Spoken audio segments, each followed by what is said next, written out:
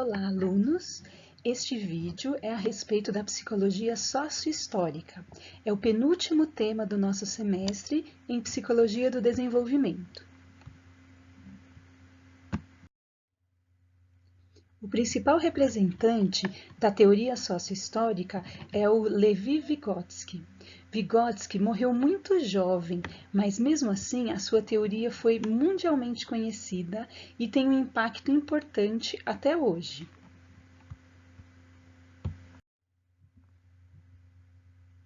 Vygotsky trouxe para a gente um grande questionamento sobre o desenvolvimento infantil.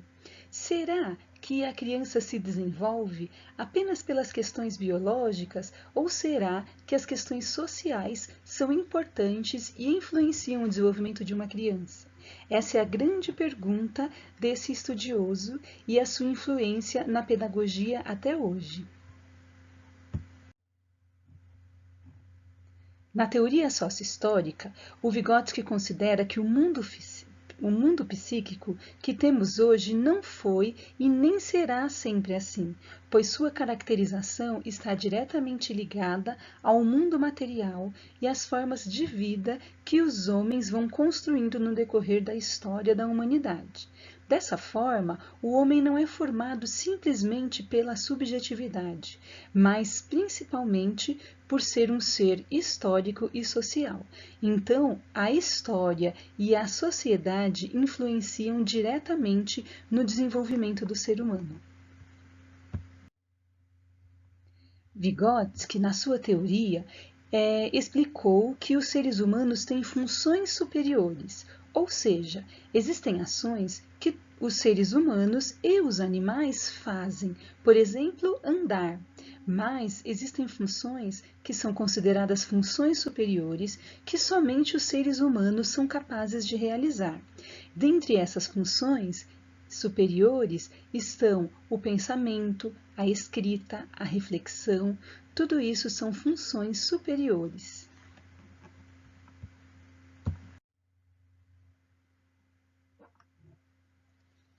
Dessa forma, o ser humano ele é formado por questões que são sociais, que são históricas e que são culturais. O ponto alto, o ponto mais importante da teoria sociohistórica é considerar toda essa parte social, histórica e cultural no desenvolvimento humano. A linguagem, por exemplo, é vista por Vygotsky como sendo uma característica de origem totalmente social. A cultura faz parte do desenvolvimento humano e deve ser integrada ao estudo e à explicação das funções superiores. A linguagem é um instrumento fundamental nesse processo de desenvolvimento e, como instrumento, também é produzida social e historicamente, e dela também o homem deve se apropriar.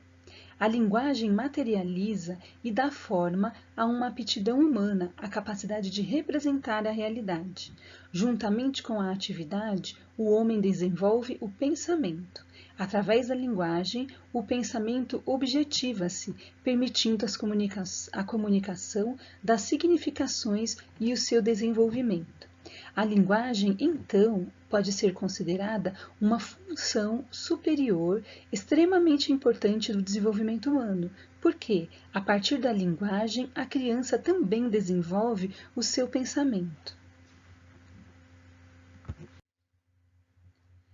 E uma outra reflexão muito importante de Vygotsky é a respeito da natureza humana.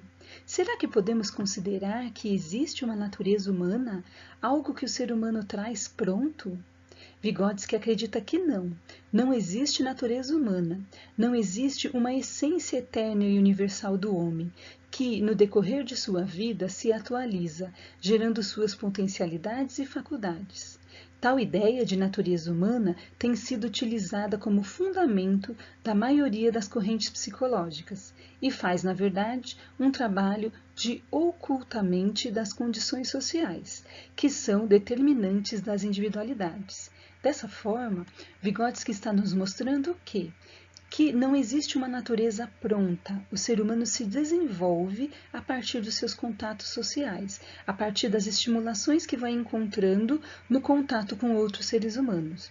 Dessa forma, a história, por exemplo, do Mowgli é uma história que não seria verdadeira. Lógico que a gente está falando de uma lenda, né? De uma história criada. Mas o conhecimento que o Vygotsky nos traz é de que jamais um ser humano conseguiria aprender a falar, a se comunicar e a andar sem ter o contato com outro ser humano. Para Vygotsky, o essencial da aprendizagem acontece na relação entre uma pessoa e outra. Outra questão importante sobre a condição humana. A concepção de homem da psicologia sócio-histórica pode ser assim sintetizada. O homem é um ser ativo, social e histórico. É essa sua condição humana. O homem constrói a sua existência a partir de sua ação sobre a realidade, que tem por objetivo satisfazer as suas necessidades. Mas essa ação e essas necessidades têm uma característica fundamental. São sociais e produzidas historicamente em sociedade.